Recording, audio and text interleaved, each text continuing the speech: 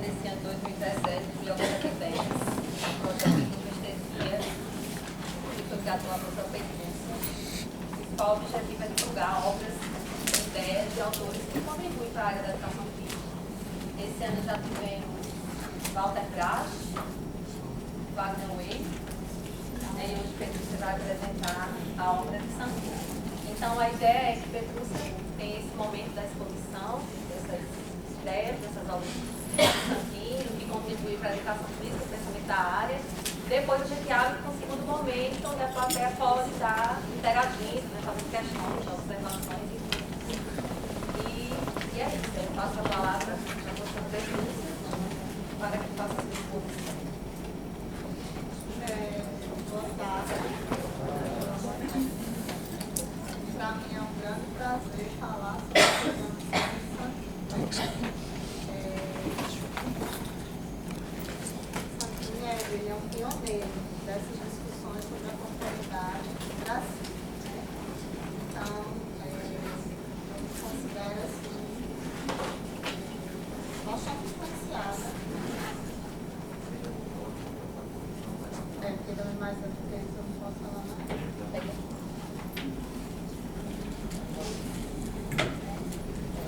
Porque senão eu vou estar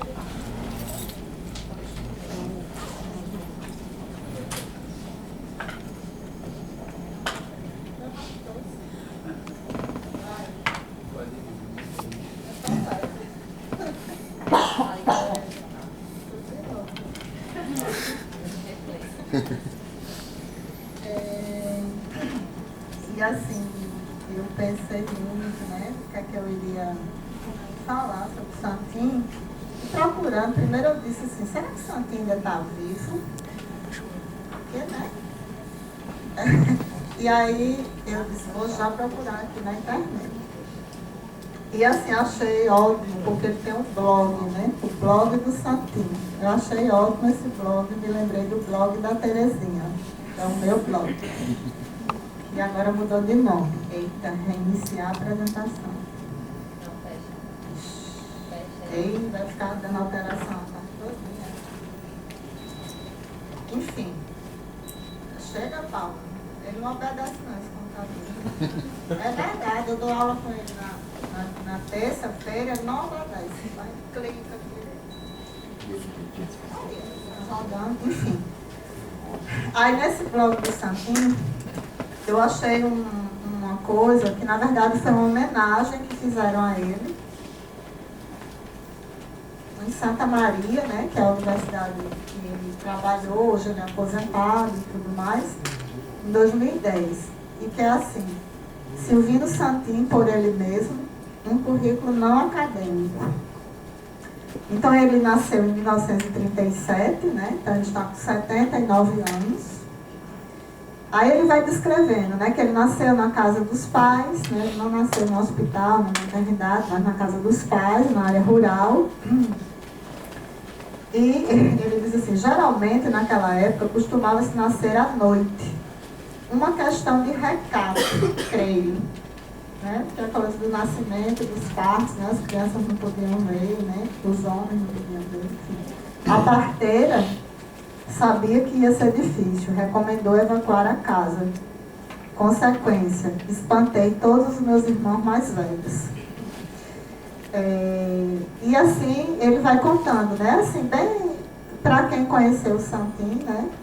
Eu tive a honra de conhecê-lo. Ele vai contando essas histórias dele, de como ele cresceu, né? E ele diz assim, desde esse primeiro registro de vida até chegar à escola, fui sobrevivendo. Bastava viver. Reforço vindo de um estágio infantil na casa da nona, Rosa. Lá havia vida em toda parte. Tudo era vivo. Sentia-me o legítimo matuto, o filho do mato. Conclusão tirada das raras vezes que era levado até a vila para a missa dominical. O necessário para entrar na igreja. Muitas vezes tentei imaginar para onde iria se continuasse em frente, né, na cidadezinha. nenhuma conclusão. Tinha certeza que estaria perdido. No mato, eu sabia. Os caminhos que eu abria me levariam aonde eu queria ir. Aos 7 anos, me matricularam no colégio de freiras. Não sabia falar português. No primeiro mês, recebi um prêmio por ser bem comportado, silencioso e atento. Muito mais tarde, concluí que o prêmio era injusto. O bom comportamento era devido ao fato de não saber falar português. Depois me mandaram estudar no seminário. Meu Deus, quantas regras gramaticais de línguas vivas e mortas. Os tempos passaram, deu no que deu. Eu larguei o arado, olhei para trás e ganhei o mundo. Sou licenciada em filosofia, mais por oportunidade do que por convicção. O viver me mostrou que valeu a pena. Acertei, errando. E aí ele vai dizer, né, que é uma questão bem interessante, que eu já sabia, mas nesse blog também eu pude ver e ler a tese dele, a tese de doutorado, né, porque ele é formado em letras e em filosofia. Não, ele é formado em letras, fez um mestrado, é formado em filosofia, mas fez um mestrado em letras sobre Jorge Amado, e Vidas Secas, de Graciliano Ramos. E depois ele foi para Paris, né, onde ele fez o seu doutorado sobre Merleau-Ponty. Merleau-Ponty, que depois eu vou mostrar alguns trechos da tese dele, né? E orientado por Emmanuel Levinas, que é um grande fenomenólogo, né? Então, assim, realmente demonstra esse conhecimento, né, que Santin sempre demonstrou em relação à fenomenologia, né? E aí ele conta como foi a sua vida um pouco lá na Europa, né? Depois ele foi lecionar na Universidade Federal de Santa Maria. Ele já era casado nessa época, né? Aí ele diz assim: foi uma surpresa inesperada. Eu chegara para filosofar, mas a tendência era ensinar filosofia. Criei, então, a disciplina de filosofia da linguagem, mas perdi o mando. Um professor argentino a transformou em lógica. O chefe de departamento, sabendo que eu não enjeitava nenhuma parada, toda vez que algum curso solicitava uma cadeira de filosofia, lá ia eu filosofar. Assim, filosofei com químicos, com engenheiros, com mestrandos do curso de extensão rural, com os calouros na medicina, com o curso de letras. Por fim, recebi permissão para filosofar na educação física. Eita, mundo novo! Ali criei raízes. No princípio, quando a educação física precisava mostrar sua identidade, os debates pedagógicos, sociológicos, psicológicos, filosóficos, políticos eram acalorados. Carregado por esses ventos, participei de inúmeros eventos em quase todo o Brasil. E em 1992, recebi o honroso convite para compor o corpo docente do mestrado da Escola Superior de Educação Física no Rio Grande do Sul, durante 6 anos. Lembro também os gratificantes e frequentes convites para participar de outras atividades acadêmicas. Aí ele diz assim: não tardou que as caravelas cabralinas invadissem o território e o entulhassem com índices performativos, técnicas de rendimento, talentos esportivos e especialmente com o princípio de competição como ideologia da dominação e superioridade a qualquer preço. O corpo deixou de ser vida e centro de amor para ser máquina de recordes. Aí os mercantilistas chegaram e instalaram seus bazares. Não posso esquecer o imenso e carinhoso espaço aberto para as minhas filosofadas pela enfermagem na Universidade Federal de Santa Catarina, no Rio Grande do Sul, em Pelotas e na Universidade Federal de Santa Maria.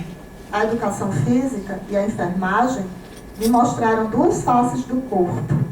a face forte e saudável, a ser vivida ou explorada, e a face fragilizada, enferma, sofrida, de cuidados e carinhos. Publiquei uma dúzia de livros individuais, uma dezena em parceria e um bom número de artigos em jornais e revistas. Depois da virada tecnicista, já aposentado, optei por escrever textos e enviar aos congressos, seminários, sem me preocupar se seriam aprovados. Continuo com a minha determinação. Eu quero filosofar, não preencher número de páginas. Descobri agora que o princípio da reversibilidade de Merleau-Ponty se aplica para o meu currículo e a minha biografia. Eu achei ótimo isso, né? Eu acho que resume, a gente poderia até terminar aqui, porque resume o pensamento dele por ele mesmo, né? A sua trajetória, né? Como ele entra para a educação física, as questões que ele teve que enfrentar no campo da educação física, sendo filósofo, né? Num contexto extremamente tecnicista, onde os valores de rendimento eram os principais, né? E onde essa reflexão sobre o corpo não era valorizada. Ora, até hoje a gente ainda tem, né, alguns embates. Imagine aí nos anos, final dos anos 70, início dos anos 80, né? Nesse blog, aqui não tem internet não, né? Tem? Tem, mas não funciona. Tá bom, então não tem. Porque depois entrem no blog e nesse YouTube, que ele dá umas entrevistas assim, bem interessantes, né? É um projeto da Federal de, acho que é Santa Catarina, em Florianópolis, se eu não me engano, né? E eles têm vários, eles convidam esses intelectuais, né, da educação física, intelectuais, que atuam também na educação física. E aí tem várias entrevistas com o Santin, isso a gente encontra no YouTube, vale a pena, porque é um pouco a gente retomar a história da educação física, né? A questão do conhecimento na área, como a área vem se construindo. Hoje parece tudo tão engraçado isso, porque eu tenho 21 anos de UFRN e a gente pensa assim que, nossa, 21 anos falando de corporeidade, trabalhando nesse tema, tá bom, todo mundo já sabe o que é, né? E aí agora eu estou me deparando com alunos novos da graduação que dizem, professor, o que é corporeidade? Assim, uma coisa tão... Aí eu chego a ficar assim, eu digo, aí você vai ter que encontrar quem é que faz isso? Né? No Brasil, né? O menino se pergunta, assim, eu achei tão interessante. E isso me levou também, ao final vou mostrar, voltar à epistemologia do corpo, que foi uma área assim, que eu atuei bastante no início da minha carreira, né? E retomar algumas questões que parece que continuam ainda, são ainda muito necessárias. Muito necessárias. É impressionante. Eu digo, ai meu Deus, lá vai Teresa Batista, cansada de guerra, retomar o ai da corporeidade, da epistemologia, da educação física, né? Mas foi interessante. Se ele obedecer, seria melhor ainda. Não obedece.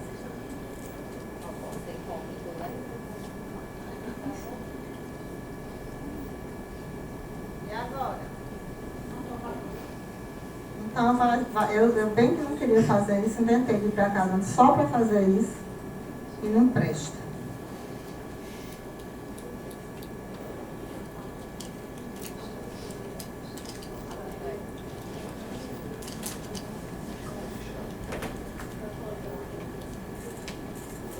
É difícil, viu?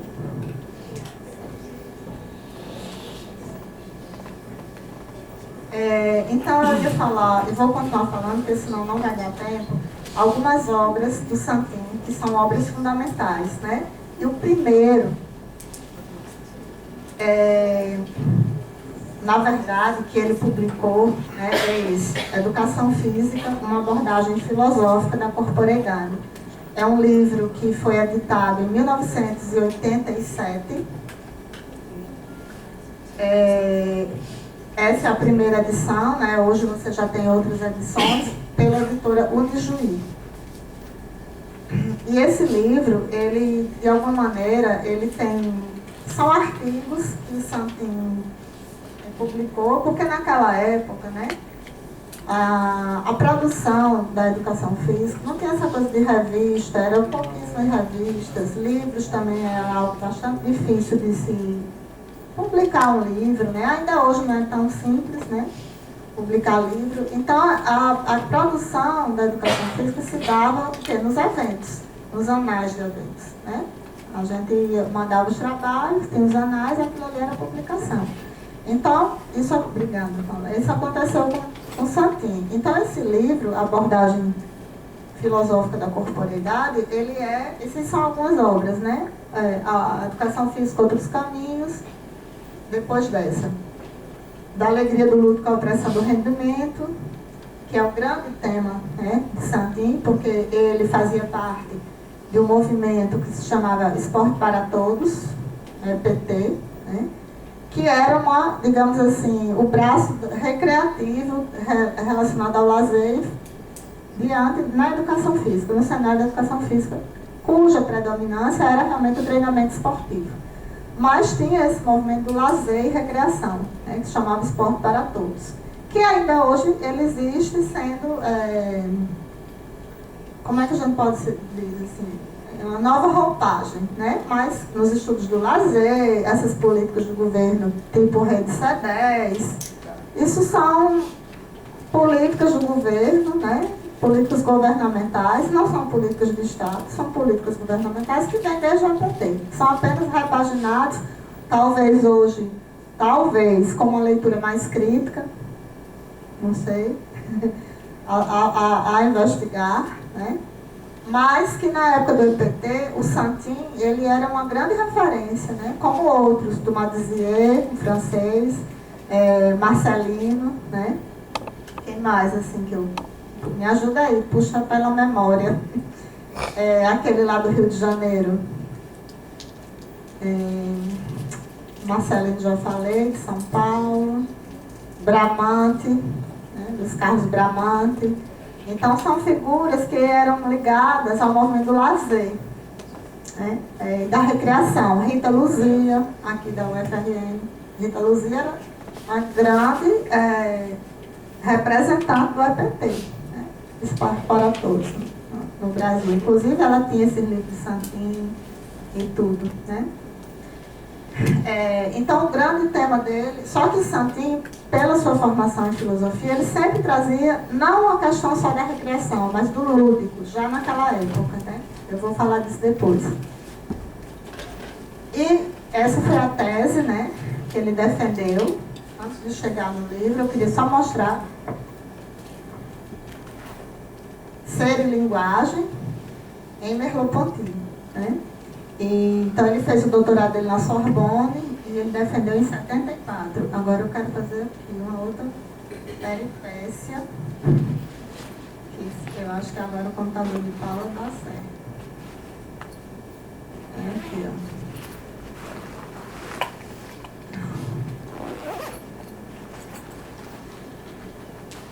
Eu vou passar assim, porque são 300 páginas, né? Mas os franceses, eles colocam o sumário lá atrás, que é para dar trabalho a gente.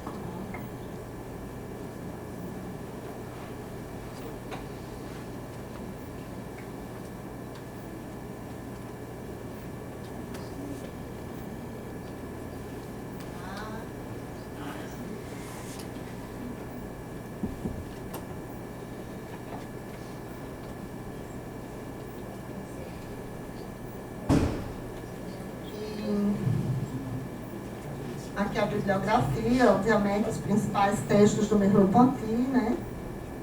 Em francês, até porque naquela época não se tinha tradução, você tinha tradução Fenomenologia da Percepção, e a Marilena Chauí, nos Pensadores, fez algumas traduções, né? Aí, a estrutura do comportamento, Fenomenologia da Percepção, Monisme Perrault, ele leu tudo.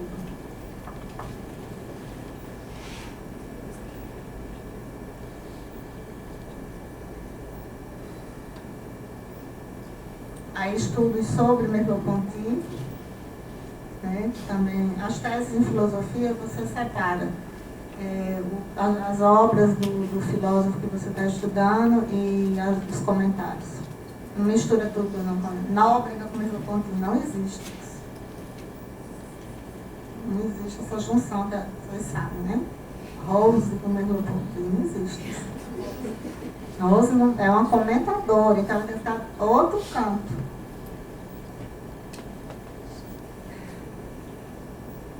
É uma paciência, viu, gente? Que o computador é nacional. Ok. Pronto. É o sumário. Então, a primeira parte é um pensamento em rota, em movimento, que eu achei ótimo esse título de Santin. Aí eu digo, na época a gente não tinha acesso a essa tese, que eu acho que eu já teria me apaixonado por ele mais ainda desde naquela época, né? Merleau-Ponty, um pensador em rota, né? Que no caminho, que está caminhando, a questão da linguagem interrogativa. A linguagem não é uma representação, ela é uma interrogação, ela serve para questionar o mundo. Né? Então, isso é algo da fenomenologia do Merleau-Ponty, que é algo extremamente atual. Né? O inacabamento, que é algo também da filosofia do Merleau-Ponty, né? Diferentemente do discurso científico, a gente não busca um resultado final, uma conclusão, mas há o inacabamento, a gente tem mais questões do que respostas, e uma totalidade aberta, né? Que é um princípio filosófico da fenomenologia, a questão da totalidade aberta, onde nenhuma área ou domínio de conhecimento tem a verdade absoluta sobre nenhum dos fenômenos investigados. Sobre um solo em movimento, quer dizer, Santin recupera toda essa questão do Merleau-Ponty do movimento, né, que às vezes, talvez pela sua formação lá na Europa, né, que a gente no Brasil ainda tem muita dificuldade de abordar. A questão do que é a negatividade, né, eu não vou detalhar tanto, porque são questões bem filosóficas. O método, a questão da descrição fenomenológica, né? A importância da percepção. Aí aqui,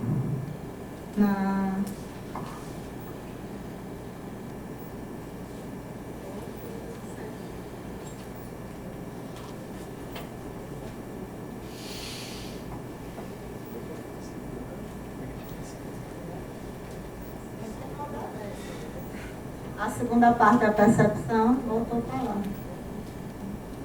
A questão que nós estamos trabalhando, né, com o visível e invisível, né, a fé perceptiva. Será que o que vemos é o que é mesmo? É o que existe, é a realidade?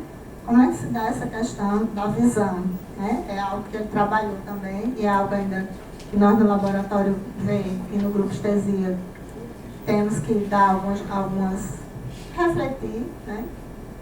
E a terceira parte é o ser no mundo. Também é algo que, na época, né, todos que trabalhávamos com a fenomenologia recebíamos muitas críticas, entre aspas, que não eram críticas. A crítica só existe se ela tem fundamento, né, dos marxistas, ou ditos marxistas, porque dizia-se que a filosofia fenomenológica ela era idealista. Era algo centrado no sujeito e não considerava o social. Eu nunca ouvi tamanha... Eu já ouvi muitos. O sentir, o que é isso, sentir? Né? Lembro quando chegava nos congressos para mostrar nossos trabalhos de educação física falando sobre o sentir, né, Carolina? Alguns grandes, né, na época, né, famosos professores de educação física, riam. Sentir, o que é isso? Não existe. Porque tem que ser o social, a classe dos trabalhadores, enfim, esse tipo de discurso que a fenomenologia teve muita dificuldade, ainda hoje, eu acho que na educação física, né? Hoje está voltando, e por um total desconhecimento, porque a primeira tese da fenomenologia é o mundo da vida e o ser no mundo. Então não existe esse sujeito psicológico isolado, do mundo, da sociedade, da cultura, né? Então foi assim, uma grande burrice para aqueles que se diziam marxistas, que eu não vou citar aqui o nome, para evitar constrangimentos. A questão do eu e do outro, né? Que é fundamental para se trabalhar no esporte, na educação, né? O outro. Não se faz a educação só para si, para o outro. E que eu, assim, amei isso aqui, a quarta e última parte, que é a abertura expressiva. A importância da expressão. Né? E como na educação física, a expressão é resumida a atividades rítmicas expressivas. Grande engano. Né? A expressão também não está só no campo da arte. A expressão é uma forma, né, do sujeito que está no mundo exprimir-se. Pelas suas emoções, pelo seu pensamento, pela sua linguagem, pelo seu silêncio. Então, a tese do Santin, né, sobre a linguagem, ela vai terminar com essa questão da expressão, e aí vem o quê? O corpo, justamente que eu estava falando, o silêncio, o corpo, as emoções. E eu lamento assim, muito que essa tese não tenha sido publicada, né? É lamentável. Eu vou escrever para Santin, para traduzir e publicar em português, porque realmente é uma tese muito bem escrita, em francês, né? Mas que quando eu olho assim, os temas, extremamente atual. Então eu fiquei muito feliz, entrei lá no blog do Santin, que ele não atualiza desde 2013. Quando vi essa tese, eu disse, que riqueza, né? Que riqueza, aqueles que tiveram a oportunidade de ler os textos de Santin, né? Eu fui dar uma vez uma palestra numa escola, aqui de Natal, uma escola particular, para professores de educação física. Me chamaram para falar sobre corporeidade, isso nos anos 90. E aí a sala, tal, fui lá explicar a corporeidade. Eu fiz isso em várias escolas. E numa delas, uma pessoa assim, lá no fundo, ela disse assim, professora, a senhora é muito simpática, mas quem é esse tal de Santin que quer acabar com a educação física? Porque justamente nesse texto, né, que está nesse livro Educação Física e Esportes, Perspectivas para o Século XXI, ele vai fazer a crítica ao rendimento, né? A questão do rendimento, quer dizer, por que a educação física não veio o lúdico, a expressão, outros temas, que hoje já está mais aberto. Mas isso eu estou falando, né, um discurso dos início dos anos 90. Hoje ainda é predominante, hoje é fitness, né, mas nem esporte de rendimento, hoje é fitness, né. Mas, assim, imagine naquela época, sabe, Rodolfo? Hoje a gente ainda encontra, né, dificuldades, aqueles que trabalham na escola, né? Você imagina assim que Christian, Rafael, as pessoas que eu vejo que estou na escola, quando eu estou fazendo meu memorial agora para progressão funcional, me lembro quando eu dava aula de Maria Auxiliadora, as dificuldades da gente levar outras propostas de educação física que não fosse esporte, né? Então, assim, mesmo aqui, eu estou no estágio supervisionado, às vezes os alunos chegam só a esporte. E eu digo, não tem outro conteúdo, não. No máximo vai chegar o jogo, no máximo. É jogo ou esporte, esporte ou jogo. E quando é jogo, muitas vezes é pré-esporte, como é que chama? Eu nem sei. Pronto. Então nada contra, entendeu? Nem a favor. Pronto. Então assim, não tem outro negócio não, nessas aulas, né? Então, isso ainda hoje, viu? Imagine. Né? Então, assim, olha, eu não poderia... Sim, deixa eu dizer também, porque essa biblioteca de hoje tem um caráter, assim, especial, porque também é aula para o pessoal do mestrado, né? Então, por isso também que eu estou colocando algumas coisas um pouquinho além, porque são temas, inclusive, que a gente vai discutir na próxima aula. A fenomenologia, a percepção, a fé perceptiva depois... E etc, certo? E aí eu queria que vocês lessem Santin, né? A tese.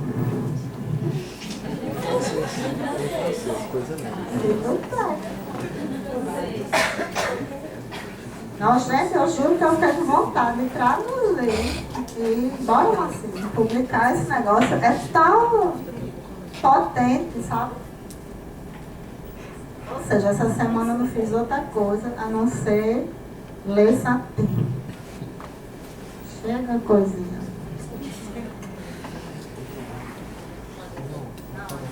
Da próxima vez eu vou trazer o meu, que não presta também. Não, já, não, aqui, ó, já aprendi. Ó. Então, eu botei assim, um pioneiro dos estudos da corporeidade no Brasil e na educação física, né? Porque eu estou também fazendo um trabalho de pesquisa que chama os somaticians, que não tem uma tradução, seria somacêuticos, mas não existe, ficaria horrível esse neologismo. Mas aqui são os pioneiros do corpo, em várias áreas, né?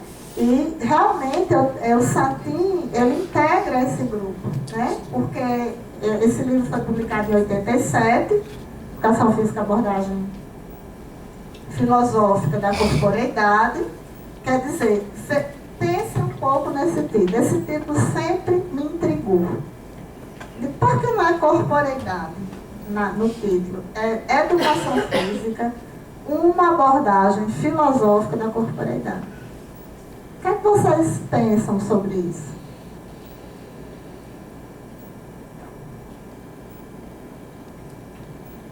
Por que ele não botou assim, corporeidade, uma abordagem filosófica da educação física?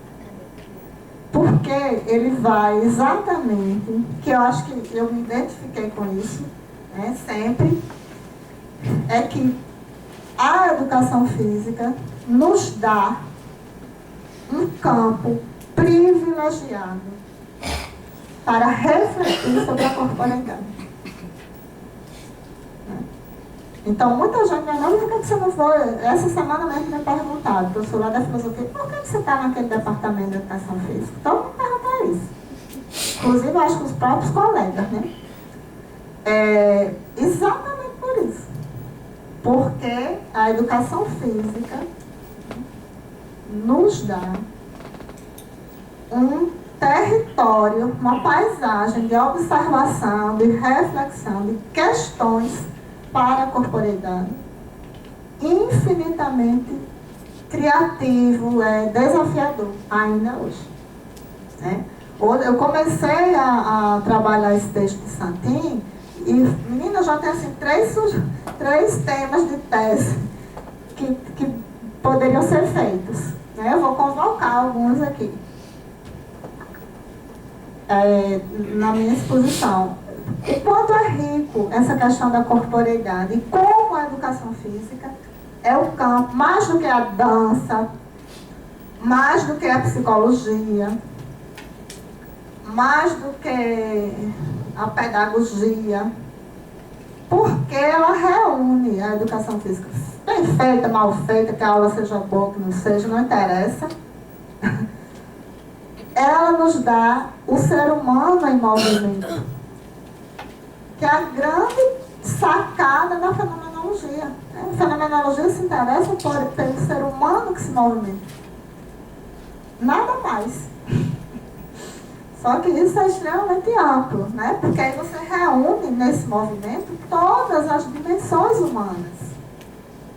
Do mais biológico ao mais simbólico. Né? Num ato motor. Sem falar no inconsciente. Aí, enfim. Então, ele vai discutir nesse livro, que eu aconselho, quem não leu ainda, leia, porque vale a pena. Discute a presença da filosofia na educação física, né? Isso foi na década de 80, porque a gente, uma vez eu disse isso aqui, parece que a gente precisa pedir licença para filosofar em educação física. Eu sei o que eu estou falando, viu? Foram 17 anos dando filosofia da educação física, primeiro nível, obrigatória. Eu sei o que eu sofri. Mas aqui estou. Viva, linda, maravilhosa. A crítica ao naturalismo científico. Porque o corpo na educação física é um corpo biológico. Não tenho nada contra a biologia, nem a favor. Mas não é só isso. Não é só isso. Né? O corpo é mais do que o biológico. A gente vai ver. Então, e principalmente, mas não tem nada a ver biológico cultural, não era isso que Santo disse, é um filósofo. Ele via muito além disso. A questão dele era assim, por que, e é hoje, gente, por que é que para a CAPES um trabalho filosófico conta 10 pontos e um artigo de uma página, numa revista biológica conta 80? É o naturalismo científico, é achar que a ciência é a única verdade sobre o mundo, sobre os fatos, sobre os fenômenos, etc. Então isso não é de hoje, essa luta, né? Esse embate por uma verdade natural, que é científico, não. Né? E outras verdades, e outras maneiras de ver o mundo, de descrever o mundo, de pensar o mundo. Né? Vá lá, então ele faz essa crítica ao naturalismo científico, aí pega desde a Revolução Científica, eu vou falar sobre isso, né? Que eu já dei muita aula sobre isso, tá bom. Galileu, lá vai.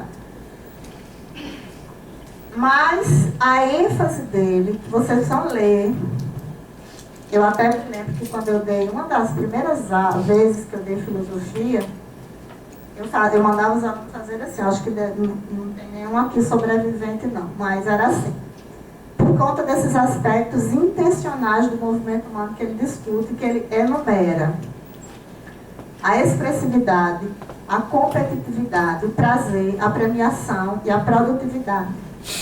Aí eu pedia para os alunos em grupo, eles gostavam, porque eu sou criativa. Aí eles diziam assim, eu vou dizer, fulano, grupo, esse grupo vai falar a expressividade, a partir do esporte que eles escolhiam, porque tem que ser esporte, né?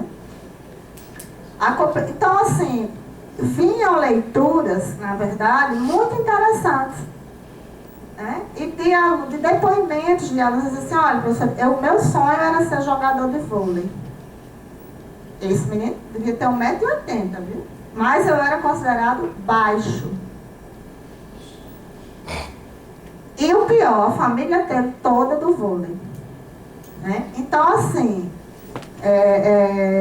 coisas que os alunos, ao falar da intencionalidade, revelavam. Porque é isso que é a fenomenologia. Né? É buscar descrever os fenômenos, o esporte, por exemplo, a partir desses componentes intencionais, que fazem sentido, que animam, que dão direção. Intenção é isso. Intenção. É o que nos dá atenção que faz mover. Então, o Santin, embora seja simples, né? Ele poderia até ter colocado outros, mas esses aspectos intencionais, eu acho que eles não são trabalhados. A gente trabalha um monte de coisa, né? Nas aprendizagens, não sei o quê, mas esses aspectos intencionais não são trabalhados. O prazer, a expressão, a produção, né? Ele dá o que alguns. Eu acho isso extremamente rico. E ele já falava disso, né, há muito tempo. E aí ele vai falar também, né, eu já disse, o ser humano é um ser que se move, porque isso vem da fenomenologia, vem da tradição. E o que é extremamente, para nós, sobretudo do estesia, importante, é a questão do logos versus laestesis. Então ele vai também fazer uma leitura da tradição grega, latina, que trabalha o logos, a questão da lógica, da organização lógica do conhecimento.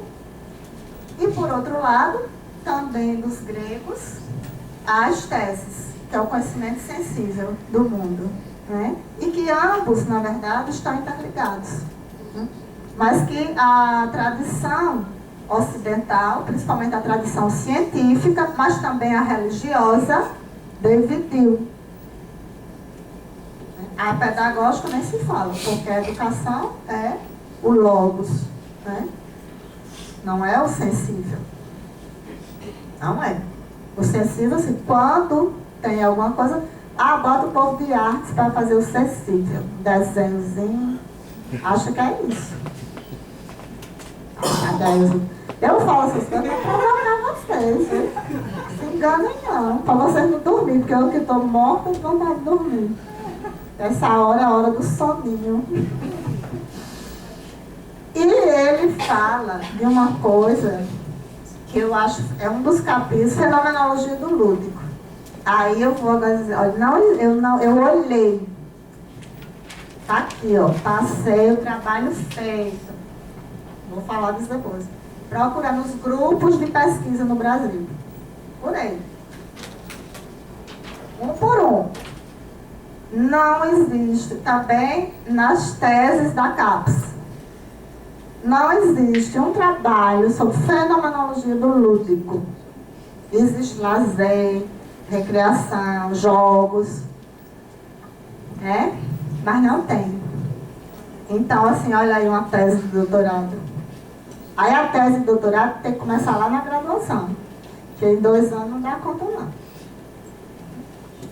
Tem que começar desde a iniciação científica.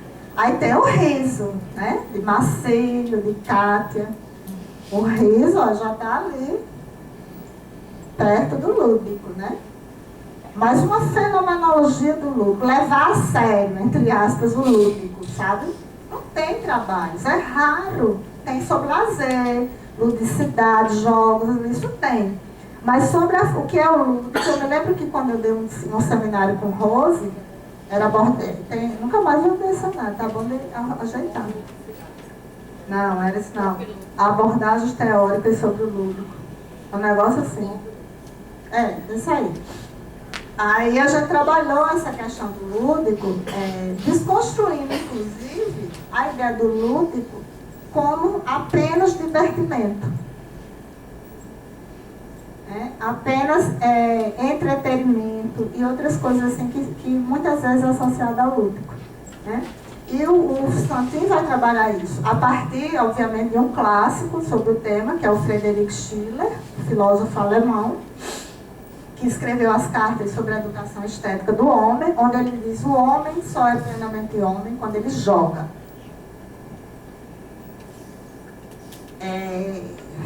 Então ele vai pegar isso aí, depois ele vai falar a partir da antropologia filosófica, né? Também, e os trabalhos de Konrad Lorenz e outros e tudo mais. Quer dizer, Santin, ele era muito, ele era não, porque ele está vivo, né? Ele muito antenado. E coisas que as pessoas não entendiam, talvez agora, né, haja espaço para, com o desenvolvimento da pesquisa na área, das pós-graduações, né? Talvez haja espaço para desenvolver tantas ideias ricas que muitas vezes a gente acha que é coisa do passado, porque foi publicado em 87. É uma grande obra. É uma grande obra. Aí a nova, é uma das novas edições, né? A fenomenologia do lúdico. Viu, Cristo? Tem que ler Baitendi. O Baitendi, né, é uma referência muito importante para a questão. Eu trio ternura. Onde vai se discutir essa questão, que é uma questão muito atual também, de como os movimentos, as posturas, as atitudes corporais são relacionadas com as emoções. Num nível bem profundo, num nível bem profundo, neurológico, muitas vezes. E o Baitendi, ele já traz essa reflexão, né, de olhar o movimento a partir desses fenômenos mais profundos do humano, inclusive o fenômeno lúdico. Aí já falei disso, esporte para todos, lá vai. Então, já falei desse livro também, né? A corporeidade. O que é corporeidade, professor? A corporeidade enfatiza a experiência corporal. Ponto. Tá bom demais, já é muita coisa isso aí. Eles ficam me enlouquecendo. Então, assim, a corporeidade enfatiza a experiência corporal. É o corpo, tem que partir do corpo, do movimento do corpo, do esquema corporal, do corpo próprio. Aí daí vem o logos, né? A reflexão, o pensamento, as técnicas, as aprendizagens, mas é o corpo na visão fenomenológica, viu? Atenção, legislação. Na visão fenomenológica, é o corpo. Corporeidade parte a experiência corporal é o foco. E aí, nessa crítica, né, à esportivização, que meus colegas perguntavam quem é esse santinho que quer acabar com a educação física, ele faz uma questão que eu acho que talvez seja atual. Vocês é que vão me dizer na hora da discussão, eu vou deixar essa questão para vocês refletirem. Né, que Santin nos coloca de que maneira seria possível estabelecer uma imagem da corporeidade capaz de cultivar corpos humanos. Acho que isso é uma grande questão, né? Para a gente refletir. Já falei disso. É preciso definir o corpo a partir do próprio corpo e não como oposição à psique. A importância do sentir, né? E também a crítica que ele já faz nesse texto, que está nesse livro aí, Educação Física e Esportes, Perspectivas para o Século XXI, que eu já falei dele quando falei do Wagner, né, Moreira, que é um dos organizadores desse livro, e que junto com o Santin é também um dos pioneiros, né, dessa abordagem fenomenológica e da corporeidade no Brasil. Né. Ele vai falar que é preciso, Santin, passarmos de uma corporeidade disciplinada, como Foucault já nos demonstrou muito bem, né? O corpo fique nu, mas seja alto, magro e bronzeado. Então, não é ficar nu. Só quem pode ficar nu é quem é alto, bonito e bronzeado, magro e bronzeado. Ou seja, há toda uma disciplina, né? Há toda uma norma para que você possa ficar nu. Então, isso é para também pensar essa ideia do corpo, de uma corporeidade disciplinada, para uma corporeidade que ele chama de cultivada. E aí, né, é o título do capítulo nesse livro, Educação Física e Outros Caminhos, que eu penso que ele é extremamente atual, em busca de uma filosofia do corpo. Na verdade, ele foi muito feliz de colocar isso, né, em busca de uma filosofia do corpo, porque, na verdade, nós não temos ainda consolidada filosofia do corpo como uma disciplina. Nem na Europa, nem no Brasil, vou arriscar muito menos nos Estados Unidos, né, uma filosofia do corpo como disciplina filosófica. Você tem a estética, a lógica, a metafísica, filosofia da linguagem, são campos, filosofia moral, filosofia política. Mas você não tem, nos cursos de filosofia no Brasil, na Europa, não tem uma disciplina filosofia do corpo. Né? Não tem, educação física também não tem. E por aí vai, quer dizer, é uma área a ser construída, porque a resistência em relação às questões da corporeidade, ela é muito grande. O Regis de Moraes dizia, no dia que o corpo tiver espaço na escola, por exemplo, vai ser uma revolução. Porque o corpo precisa de espaço, de tempo, de outras maneiras de estabelecer a comunicação. Então, você não tem uma filosofia do corpo, né, constituída. Você tem, no Brasil a gente tem acho que 12 grupos, vou mostrar aqui depois. Filosofia do corpo. Para enganar CAPES, CNPq, os colegas de departamento, a gente cria nomes. Tipo, aspectos sociofilosóficos da educação física. Epistemologia do corpo. Para enganar. Porque se botar filosofia mesmo, não passa. E isso é algo que a refletir. A refletir. Ele já falava, né, nesse livro, Merleau-Ponty, Foucault, o corpo social, mas também de uma antropologia ecológica, né, que é um livro, né, não tem em português. Não, esse do Vinhot aí não é Jean do Vinhot, da festa lá das artes, não é, é outro, certo? Ecologia, eu esqueci o título agora, é um livro que não tem tradução em português, mas que já discutia a importância da ecologia